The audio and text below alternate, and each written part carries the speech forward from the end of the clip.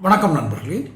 திமுக காங்கிரஸ் கூட்டணிக்காக இன்று பலகட்ட பேச்சுவார்த்தைகள் பல தலைவர்களுடன், அதாவது காங்கிரஸை சேர்ந்த மூத்த தலைவர்கள், இன்னும் சொல்லப்போனால் திமுகவினுடைய தலைவர் ஸ்டாலின், தமிழக முதல்வர், இவர்கள் ப. சிதம்பரம் முன்னாள் மத்திய நிதியமைச்சர், இன்று பலகட்ட பேச்சுவார்த்தைகள் நடந்தும் இறுதி நிலையை எட்டவில்லை என்பது எதை காட்டுகிறது?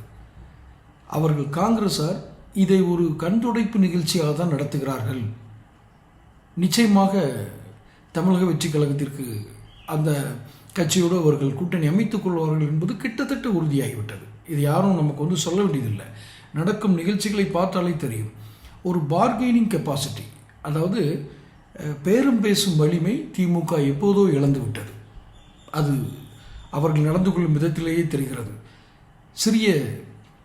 வயதில் சிறியவர்களை ஒரு பேச்சுவார்த்தை குழுவில் போட்டால் இப்படித்தான் நடக்கும். டிஆர் பாலு இருக்கார் திமுக பேச்சுவார்த்தை குழுவில். ஆனால் அவங்க உதய் சொல்கிறது தான் கேட்பாங்க, உதயநிதி சொல்கிறது தான் கேட்பாங்க. டிஆர் பாலு அப்புறம் எப்படி தள்ளிடுவார்?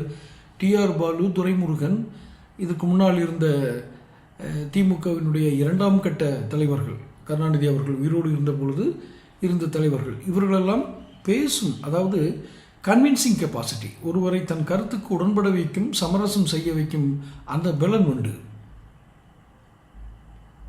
பார்கெனிங், பேரம் பேசும் வலிமை உண்டு. கூட்டணி கட்சிகளை அரவணைத்து செல்வதில் அல்லது அவர்களை கன்வின்ஸ் பண்ணுறதுல கருணாநிதிக்கு மிகப்பெரிய திறன் உண்டு. இந்த திறனை எப்போதோ இழந்து விட்டார் ஸ்டாலின். இப்போ என்னன்னா, காலக்கெடு விதிக்கிறாங்க. அதாவது இப்போ இந்த பதிவு பண்ணிட்டு இருக்கிற மார்ச் 3ஆம் தேதி இன்று மாலைக்குள் உங்கள் முடிவை சொல்ல வேண்டும். காலை பிடித்து கெஞ்சுவதற்கு எதற்கு காலக்கெடு? நீங்கள் காலில் விழுந்து ஒன்று தான் கெஞ்சலை. அவங்க ஒரு சீட்டு சொல்கிறாங்கன்னா, இது என்னுடைய முடிவு, கிளம்பு அப்படின்னு சொல்கிற கெப்பாசிட்டி இருக்கணும். மன்னிக்கணும், திமுகவிற்கு இல்லை, காங்கிரஸுக்கு கிளம்புறோம், இந்த சீட்டை எங்களுக்கு கொடுக்குறீங்களா இல்லைன்னு சொல்கிற ஒரு கெப்பாசிட்டி இருக்கணும். ரெண்டு பேருக்குமே கெப்பாசிட்டி இல்லை.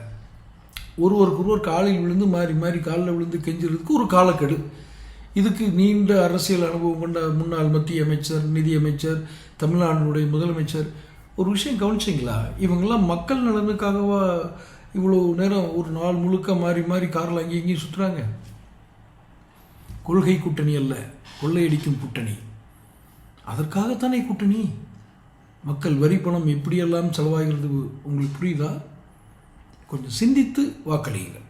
நான் இன்னார் கோட்டு போடுங்கன்னு சொல்லலை, சிந்தித்து வாக்களியுங்கள். நான் சொல்வதில் தவறு இருந்தாலும் கூட அதை நீங்கள் கூர்ந்து கவனித்து உங்கள் சிந்தனைக்கு விட்டு விடுகிறேன்.